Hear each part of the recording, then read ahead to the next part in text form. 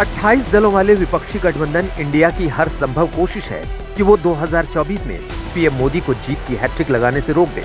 अब तक इंडिया गठबंधन की 4 बैठक हो चुकी, लेकिन 4 बैठकों में इन 28 दलों में कई मतभेद सामने आ चुके हैं, क्योंकि ये गठबंधन स्वाभाविक नहीं। ये दल कई राज्यों में अब तक एक दूसरे के जानी दुश्मन रहे हैं। इंडिया के कई अनसुलझे सवाल हैं, जिसमें पहला ये कि 28 दलों के गठबंधन का नेता, चेहरा या संयोजक कौन होगा। ममता ने कहा खरगे होंगे, नतीजा हुआ कि नीतीश लालू रूठ गए।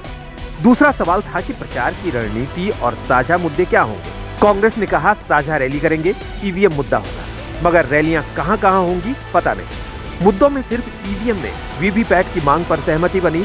और तीसरा बड़ा सवाल था कि गठबंधन के दलों के बीच सीटों का बंटवारा कैसे होगा।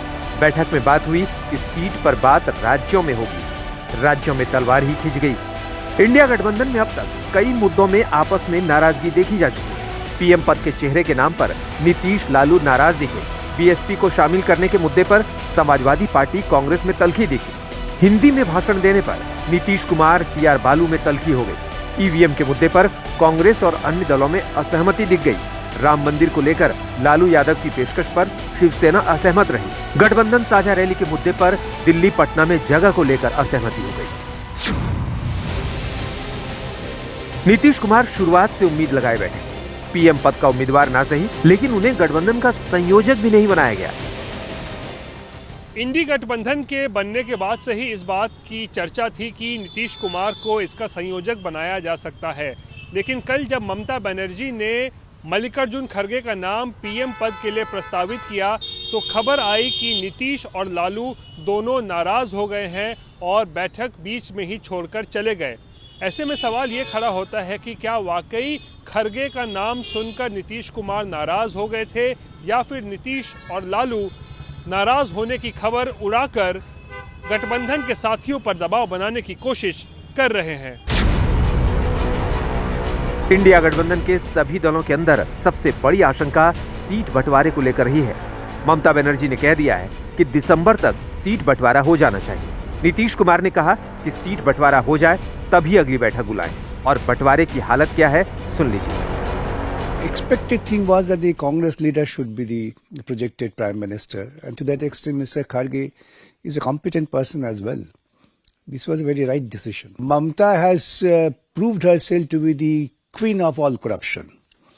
West Bengal is now flooded with corruption, and she is a complete failure. Nobody would have accepted Mamta as the Prime Minister. Akhilesh ji बहुत बड़े दिल से जो लोग वहाँ पे मौजूद हैं सबके साथ चलने को तैयार है, लेकिन कांग्रेस को भी अगर बड़े वो राष्ट्रीय रोल में सामने हैं तो उन्हें अपनी लाइन क्लियर करनी पड़ेगी। सूत्रों से खबर है कि समाजवादी पार्टी ने कांग्रेस से 2 टूक कह दिया है कि वो तय कर ले कि यूपी में उसे बीएसपी के साथ चुनाव लड़ना है या समाजवादी पार्टी के साथ। इस पर कांग्रेस ने भरोसा दिया कि वो समाजवादी पार्टी के साथ ही चुनाव में जाएगी।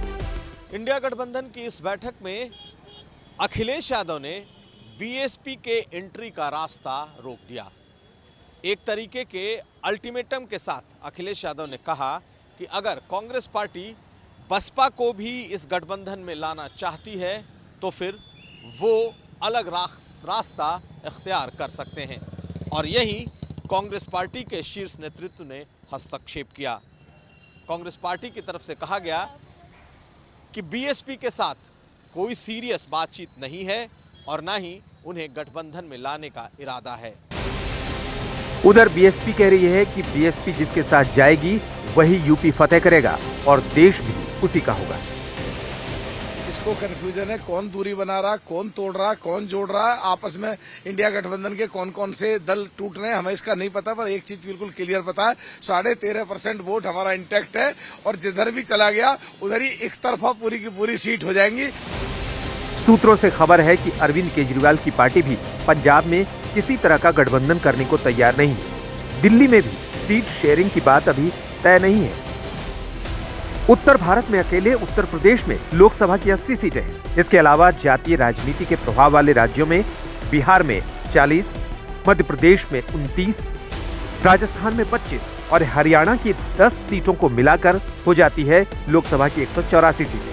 आम चुनाव में बहुमत का आंकड़ा छूने के लिए जरूरी 273 सीटों के लिहाज से 184 का यह आंकड़ा बहुत बड़ा है। मध्य प्रदेश, राजस्थान और छत्तीसगढ़ के विधानसभा चुनाव परिणामों ने स्पष्ट कर दिया कि जनता अब भी पीएम मोदी के साथ है।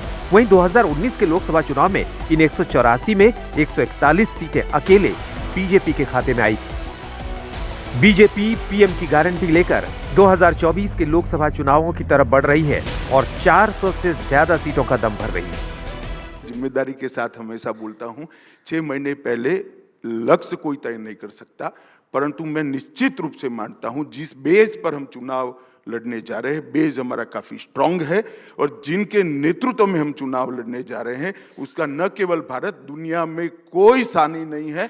सबसे सफल नेतृत्व में हम लड़ने जा रहे हैं। 2014 में एनडीए ने 336 सीटें, यूपीए ने 60 सीटें और अन्य ने 147 सीटें जीती, जबकि 2014 में अकेले बीजेपी ने 282 और कांग्रेस ने 44 सीटें जीती थी।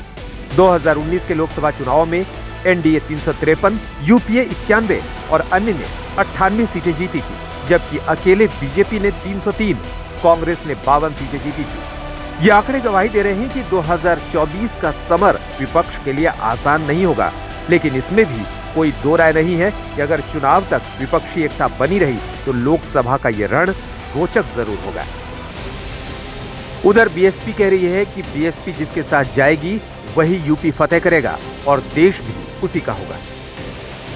इसको कंफ्यूजन है, कौन दूरी बना रहा, कौन तोड़ रहा, कौन जोड़ रहा, आपस में इंडिया गठबंधन के कौन कौन से दल टूट रहे हैं हमें इसका नहीं पता, पर एक चीज बिल्कुल क्लियर पता है, 13.5% वोट हमारा इंटैक्ट है और जिधर भी चला गया उधर ही एक तरफा पूरी की पूरी सीट हो जाएंगी। सूत्रों से खबर है कि अरविंद केजरीवाल की पार्टी भी पंजाब में किसी तरह का गठबंधन करने को तैयार नहीं है। दिल्ली में भी सीट शेयरिंग की बात अभी तय नहीं है। उत्तर भारत में अकेले उत्तर प्रदेश में लोकसभा की 80 सीटें हैं। इसके अलावा जातीय राजनीति के प्रभाव वाले राज्यों में बिहार में 40, मध्य प्रदेश में 29, राजस्थान में 25 और हरियाणा की 10 सीटों को मिलाकर हो जाती है लोकसभा की 184 सीटें। आम चुनाव में बहुमत का आंकड़ा छूने के लिए जरूरी 273 सीटों के लिहाज से 184 का यह आंकड़ा बहुत बड़ा है। मध्य प्रदेश, राजस्थान और छत्तीसगढ़ के विधानसभा चुनाव परिणामों ने स्पष्ट कर दिया कि जनता अब भी पीएम मोदी के साथ है। वहीं 2019 के लोकसभा चुनाव में इन 184 में 141 सीटें अकेले बीजेपी के खाते में आई थी। बीजेपी पीएम की गारंटी लेकर 2024 के लोकसभा चुनावों की तरफ बढ़ रही है और 400 से ज्यादा सीटों का दम भर रही है। जिम्मेदारी के साथ हमेशा बोलता हूं, 6 महीने पहले लक्ष्य कोई तय नहीं कर सकता, परंतु मैं निश्चित रूप से मानता हूं जिस बेस पर हम चुनाव लड़ने जा रहे हैं, बेस हमारा काफी स्ट्रांग है और जिनके नेतृत्व में हम चुनाव लड़ने जा रहे हैं उसका न केवल भारत, दुनिया में कोई सानी नहीं है। सबसे सफल नेतृत्व में हम लड़ने जा रहे हैं। 2014 में एनडीए ने 336 सीटें, यूपीए ने 60 सीटें और अन्य ने 147 सीटें जीती, जबकि 2014 में अकेले बीजेपी ने 282 और कांग्रेस ने 44 सीटें जीती थी।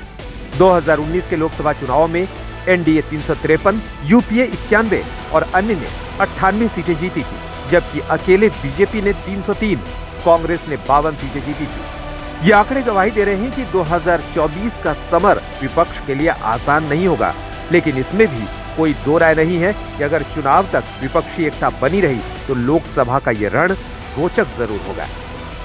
आज तक ब्यूरो।